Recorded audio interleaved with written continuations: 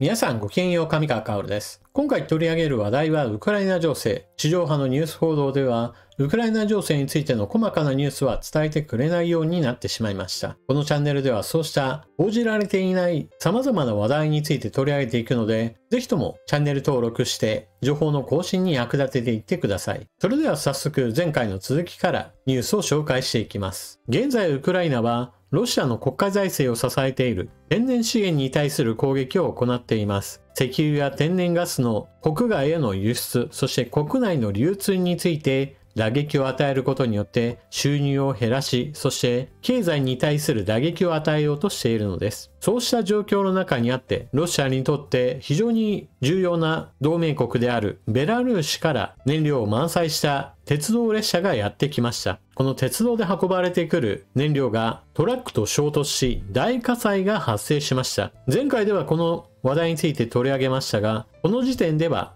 事故なのか、それともウクライナの攻撃なのかは判明していませんでした。そして新しい情報としては、ウクライナ側は攻撃したとは発表していません。しかし一方のロシア側では、これはウクライナ側の破壊工作ではないかと言い出しています。ウクライナ側が攻撃したのであれば、おそらく発表すると思うので、ロシア側としては損失の責任をウクライナ側になすりつけようとしているのではないかと思います。どちらにしろ燃料を満載していた列車は完全に燃え尽き、そして線路についても火災の影響でかなりねじ曲がっています。ベラルーシ側からの燃料供給についても少しの間停滞することでしょう。そして今日報告されたロシア側の石油関連施設への攻撃は1カ所ありました。チュバシ共和国ではウクライナの無人機による攻撃により石油パイプラインシステムが停止。攻撃時の映像やまた施設が炎上している様子などについては残念ながら映像は入っていません。ただ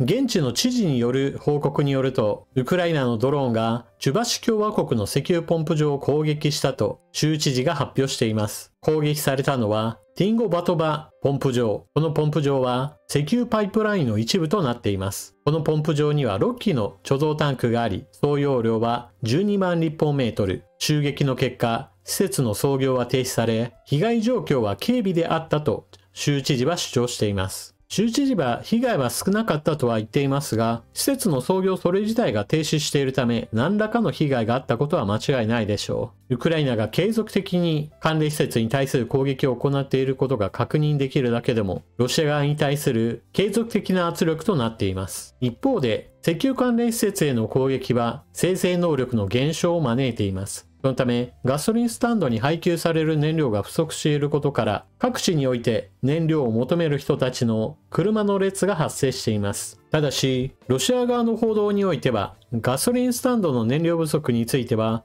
全国的な問題ではなく、一部地域に限定されていると報道されています。おそらく、ロシア中央政府は、大都市圏に問題が波及するよりも、一部地域において燃料不足が慢性化したとしても、そちらの方が国民全体に与える影響や不安の拡散といったものが小さいものと計算しているものとみられます。残念ながら悪影響がどんどんと他の地方へと拡散していくという状況には未だに至っていません。しかし、燃料不足が発生している地域においては、もはや日常的にどこのガソリンスタンドに行っても思うようにガソリンが買えないといった状況が発生しているそうです。この状況が長引くことによってさらに状況は悪化しています。というのも、次いつ燃料が買えるかわからないといったこともあり、一部の人が買い占めに走るといったことが発生し、それがさらに他の人が燃料が買えないといった悪循環を生んでいるのです。そのために転売といったものも横行しているわけですが、その時にもまた人々の間でコネがあるかないかみたいな話で、より力のない人々が幸せを食らうことになっています。現状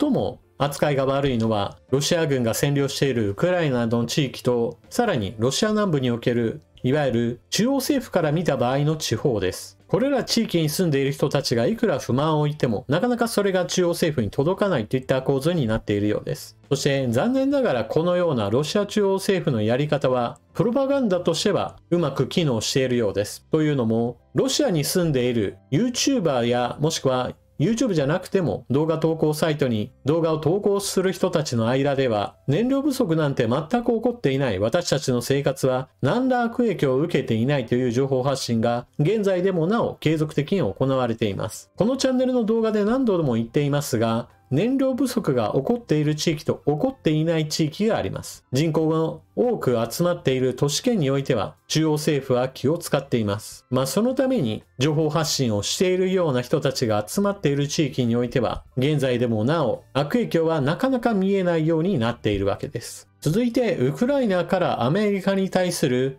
遠距離攻撃兵器の供与要請についてニュースが入っています。時事通信、アメリカにトマホーク提供要請。ゼレンスキー氏対ロシア圧力で、アメリカのニュースサイトアクシオスは、ウクライナのゼレンスキー大統領がトランプ大統領と会談した際に、アメリカ製巡航ミサイルトマホークの提供を要請したと報じた。ウクライナ侵攻を続けるロシアに対し、停戦協議に臨むよう圧力をかけるためだという。トランプ氏とゼレンスキー氏は、国連総会に合わせてアメリカ・ニューヨークで会談した。トランプ氏は会談後、SNS でロシアをハリコの虎と揶揄し、ウクライナに反転攻勢を呼びかけていた。トマホークは最大射程約 1600km。これまでアメリカが供与してきた最大射程約 300km の長距離地対地ミサイル、エイタクムスよりはるかに長く、ロシアの奥地まで攻撃が可能となる。アクシオスによると、ゼレンスキー氏は単独インタビューで、トマホークと明言しなかったものの、トランプ氏に我々が求めるたった一つのものを伝えたと説明した。また、我々がそれを入手すれば、ロシアのプーチン大統領に腰を据えて話し合うよう圧力をかけられると述べ、必ずしも実戦で使用するとは限らないとの見解を示した。アメリカ製の長射程兵器の供与を要請という話について、その続報もすぐに入ってきています。トランプ氏、ウクライナへの長距離兵器供与、使用制限解除に前向き。トランプ大統領がゼレンスキー大統領に対し、ウクライナ軍がアメリカ製の長距離兵器を使い、ロシア国内を攻撃することへの制限を解除する用意があると伝えたことが分かった。こちらの報道はアメリカのウォール・ストリート・ジャーナルの報道だそうです。なお、注意しなければならないのは、トランプ大統領は口では何か言ったとしても実際に行動に移すかどうかはまた別の話です。これまでトランプ大統領の行動としては、ロシアに対する追加制裁を行わない。バイデン政権で行っていたアメリカからウクライナへの軍事支援、これをトランプ政権では行わないというこの2つの行動を行っています。何より言葉ではなく、まずは行動の方をよく見ておく必要があります。ただし、発言を元にして、その後の行動につながる可能性もあるため、一応無視することはできません。なお、今回話に出てきたトマホークミサイル、射程は 1600km と、バイデン政権下で供与されたエイタクムスミサイルの5倍以上の射程距離を誇ります。トマホークミサイルがもしもウクライナに供与された場合においては、首都モスクワだけではなく、第2の都市サンクトペテルブルクも射程圏内となります。そしてゼレンスキー大統領がもしもというような話で、プーチン大統領のいるクレムリンも攻撃対象だぞというような話をし始めたら、圧力はもっと高まることになります。ちなみにこの話をすると、ゼレンスキー大統領も逆に狙われるぞというような話をする人が出てくるわけですが、すでに連日のようにロシアはウクライナの首都キーウに対する無差別攻撃を繰り返しており、ある程度ウクライナ側は覚悟することができていると思います。これまで首都キーウに対する攻撃が全くなかったのであれば、ロシアによる攻撃が始まるぞと言われれば圧力になるわけですが、すでにこれまで繰り返し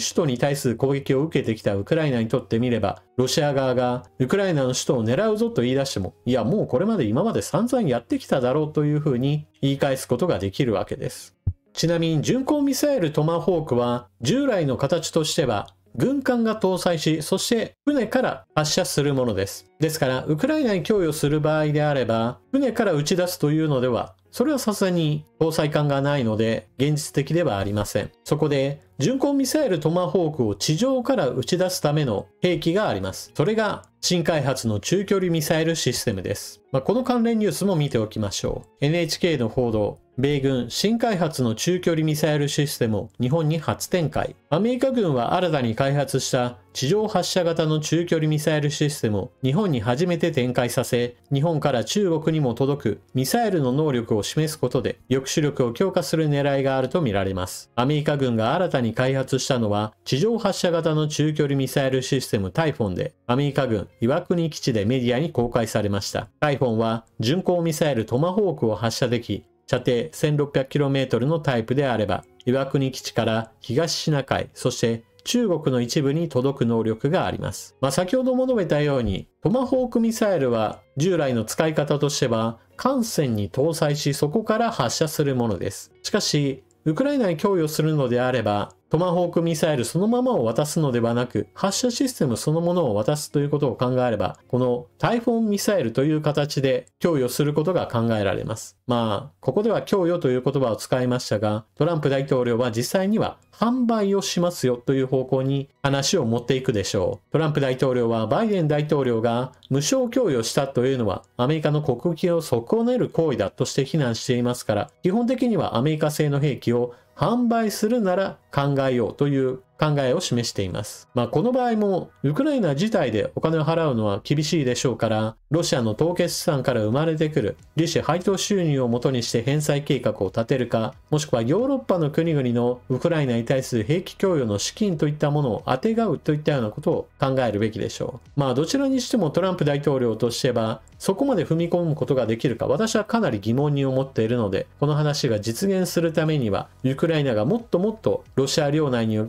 対する攻撃を加えて、ロシアがいかにも弱っているぞということがトランプ大統領でさえも認識できるほどの状況を生み出す必要があると思います。トランプ大統領はイランに対してはミサイルも落ち込みましたし、爆撃も行いました。これはアメリカに比べてイランの方が圧倒的に弱く、そしてイランに対して攻撃した場合においては直接アメリカに対する反撃はできないだろうと相手を見下した評価があるからです。そのぐらいの力の差、もしくは状況といったものがあれば、ロシアに対しても強力な兵器をウクライナ側に販売する可能性が生まれるわけです。さて、続いてはウクライナ軍の兵器開発の関連ニュースを見ておきましょう。ポーランド軍がウクライナ装甲車両のドローンを試験。2025年9月、ポーランドで行われた軍事演習における地上ロボット複合体プロテクターの写真がこちら。写真だけ見てもちょっと何のことかわからないとは思いますが、これは陸上ドローンのお披露目がされたものです。ドローンの定義についてちょっと説明すると、基本的には人間が乗り込まない無人の兵器類だと思ってください。遠隔操縦するにしても自律走行するにしても、基本的にはまずは人間が乗り込まない。そのことを頭に入れた上で、この無人車両の紹介映像をちょっとご覧ください。こちらがそのウクライナ製の陸上ドローンの様子です。大きさは人と比べればわかりますが、実際の車両と全く同じものだと思ってください。これだけの大きさですから、当然非常に多くの物資を積み込んで物を運ぶことができます。このような陸上型のドローンは戦闘だけではなく戦闘を支える補給部隊に配置されると非常に多くの用途があります。前線においては常に物資の供給や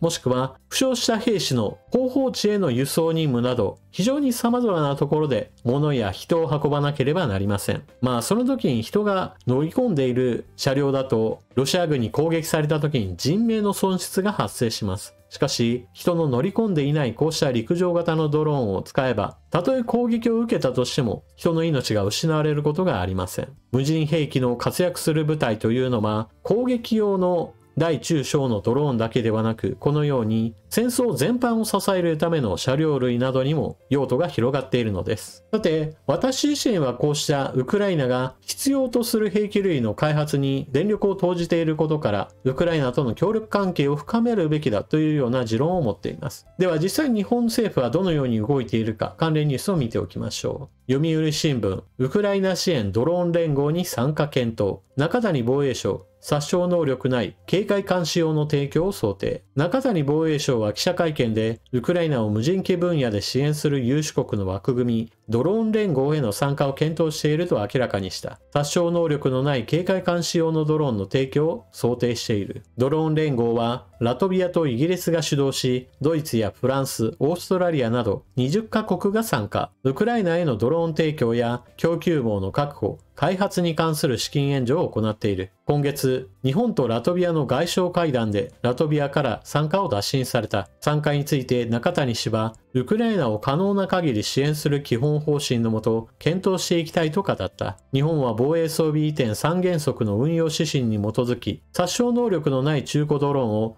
ウクライナに提供した実績がある。同国への殺傷能力があるドローンの提供は指針では認められていないとのことです。現在の日本政府の方針としては、防衛装備移転3原則の縛りがあるために関与を深めることができないとされています。しかし、そうしている間にも、実際の戦闘の長期化に伴って、陸海空、大型、中型、小型、ありとあらゆるドローンの必要性に迫られて、ウクライナは開発を進め、そしてロシア側との技術開発競争を行っています。ウクライナとの軍事協力関係が深まっている国々においては、そうした前線で得られる情報もまた、ある程度得ることができます。そしてロシア側の開発においても中国側との情報共有はある程度行われていると見るべきであり、全くの蚊帳の外にいる日本の場合だと、こうした最前線の開発競争からかなり遅れた状態に陥ることが考えられます。技術格差は結局のところ人命の損失につながる話であり、日本はもっと戦争の危険性が高まっている、そのことを考えて防衛関連の